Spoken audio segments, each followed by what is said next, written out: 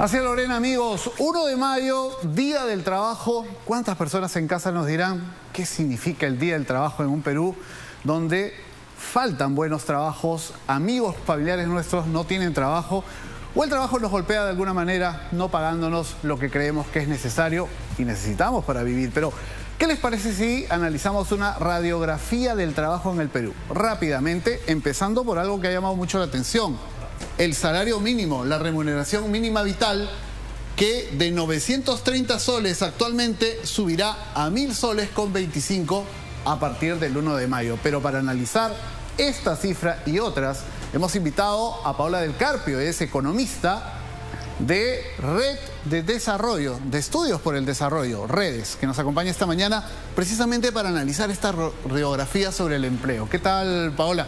Vamos a ver algunos números que llaman mucho la atención. Cuando uno los ve en frío, cree entender mucho de lo que en realidad no entiende. Por ejemplo, de cada 100 personas en el Perú, de lo que se denomina la población económicamente activa, ¿cuántos son desempleados? ¿Cuántos tienen empleo? Vamos a verlo en el gráfico. ¿Qué te parece, Paola, si lo comentas con nosotros? Así es, digamos, la población económicamente activa son más o menos 18 millones de personas. Si fueran 100, 7, después de todo lo que nos ocurrió en la pandemia, estarían desempleados. O sea, de esos 18 millones de personas, que es el universo, de cada 100, 7 no tienen empleo en este momento, están desesperados. Así es, no tienen empleo y lo están buscando activamente.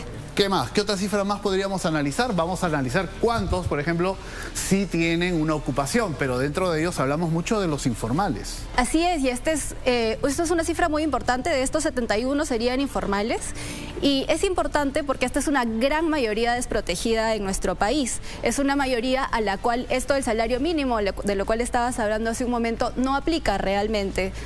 Toda esta protección laboral no llega a ellos. Ellos viven al día, no tienen ninguna protección legal, son, como se suele decir, recurseros, personas que día a día ven de qué manera encuentran un sustento o trabajan para alguien, cumplen un horario, pero no tienen ninguna protección legal. Así es, de manera similar a las personas que vimos hace un momento, que estaban vendiendo desayunos, por ejemplo, ¿no? Es importante, creo, poner en contexto que estas personas están muy desprotegidas. Entonces, hasta aquí, de cada 100 peruanos en edad y condición de trabajar, de cada 100, 77 ya están en una situación, 78 están en una situación vulnerable, 7 no tienen trabajo, 71 son informales, y vamos a ver cuántos son formales de cada 100 en el Perú. Entonces, 22 son formales. Ahora la gran pregunta, Pedro, es si a todos ellos les afecta realmente el salario mínimo. ¿Este incremento les afecta o no les afecta? Bien, y vamos a ver ahora, vamos a subdividir de los 22 que están dentro de la formalidad, ¿cuántos son independientes? Entendería yo cuántos son formales, legalmente figuran en una planilla, pero son sus propios jefes, han generado su propio ingreso. Son personas que no necesariamente reciben pues un salario fijo al final de cada mes, son sus propios jefes, pero trabajan dentro de la formalidad. ¿Y cuántos son dependientes de ese universo de formales, 22 de cada 100? ¿Cuántos son dependientes? Vamos a ver. Los 18 restantes son dependientes, asalariados. Son los que están en una planilla. Así es, y uno pensaría, bueno, entonces el salario mínimo les afecta a todas estas personas, ¿no? Pero no necesariamente. Y ahí hay una división más que hacer, ¿no? A ver, vamos a ver, ¿cuál sería respecto a los ingresos que perciben? Así es. Estos 18, 14 ya ganan por encima del salario mínimo. Entonces, esta normativa nueva no tiene por qué afectarles directamente. Entonces nos quedamos con el restante, que son las personas que sí están alrededor del salario mínimo y en la formalidad, a quienes sí les aplicaría finalmente esta norma. Son 4 de todos estos 100. Paola, entonces, para entenderlos claramente, cuando hablamos de la población económicamente activa, los que están en edad, en condición de trabajar, de cada 100 ciudadanos que se encuentran en la población económicamente activa, desempleados ya tenemos 7, personas que quisiéramos que encuentren un trabajo cuanto antes. ¿Cuántos nos estarán viendo en este momento? Pero el gran universo son 71 laburantes que son informales, que se la buscan cada día, que no tienen protección legal, que son peruanos que los vemos en la calle o yendo a una oficina, pero que no figuran en una planilla. Y luego solo hay 22 de cada 100 dentro de la formalidad.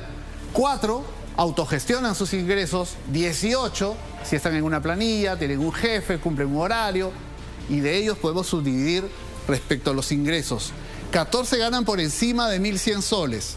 4 están ganando aún por debajo de 1.100 soles. ¿Esto qué nos dice? ¿Qué debería hacer el gobierno? ¿Dónde vendría poner el acento para que haya más peruanos, no sean 77, sean muchos menos, en la formalidad, ganando mejor? Así es. Esto nos dice primero, sin desmerecer por supuesto, las necesidades legítimas de estas 4, que son 800.000 personas en la práctica más o menos, que en verdad estamos perdiendo el foco de toda esta enorme mayoría desprotegida, ¿no? Vemos diferentes medidas, no solo el salario mínimo, pero vemos diferentes medidas que están saliendo y que suelen salir, que se enfocan siempre en los formales, pero esta enorme mayoría informal desprotegida, y lo hemos visto en la pandemia, pues ante pequeños shocks sufre muchísimo. Dicho de otra manera, el Ministerio de Trabajo, es decir, el gobierno y el Congreso se enfocan en los formales, en 22 de cada 100 y no en 71 o 78 de cada 100 que no tienen protección legal. Así es, esa es la conclusión. ¿Y qué podemos hacer ahí? Tú como economista, como joven economista, ¿qué le puedes recomendar a las autoridades?